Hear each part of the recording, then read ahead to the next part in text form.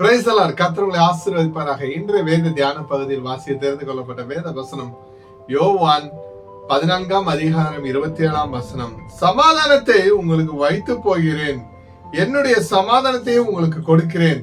உலகம் கொடுக்கிற பிரகாரம் நான் உங்களுக்கு கொடுக்கிறதில்லை. உங்கள் இருதயம் கலங்காமலும் பயப்படாமலும் இருப்பதாக. ஆமென். அல்லேலூயா. கிறிஸ்துவுக்குள் பிரியமானவர்களே, இயேசு கிறிஸ்து சிலுவையில் மரிப்பதற்கு முன் தம் சீடர்களுக்கு தரும் மாபெரும் பரிசு இந்த அமைதியாகும். இது சூழ்நிலைகளை பொறுத்ததல்ல. உலகத்தின் அமைதி என்பது பிரச்சனைகள் இல்லாத போது மட்டுமே கிடைக்கும் தற்காலிக சமாதானமாகும். ஆனால் இயேசு கிறிஸ்து தரும் சமாதானம் புயல் போன்ற சோதனைகள் மத்தியிலும் நிலைத்து நிற்கக்கூடிய சமாதானத்தை, மன அமைதியை இயேசு கிறிஸ்து கொடுக்கிறார். அல்லேலூயா.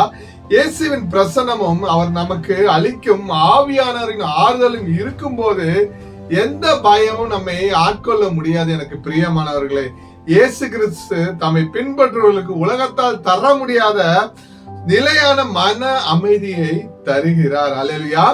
வாழ்க்கையின் சோதனைகள் மற்றும் பயம் வரும்போது அவருடைய தெய்வீக சமாதானத்தின் மேல் விசுவாசம் வைத்து நம் இருதயத்தில் கலக்கம் இல்லாமல் உறுதியாக இருக்கும்படி அறிவுறுத்துகிறார். ஆமென். நம்மை அழைத்த தேவன் உண்மையுள்ளவர்.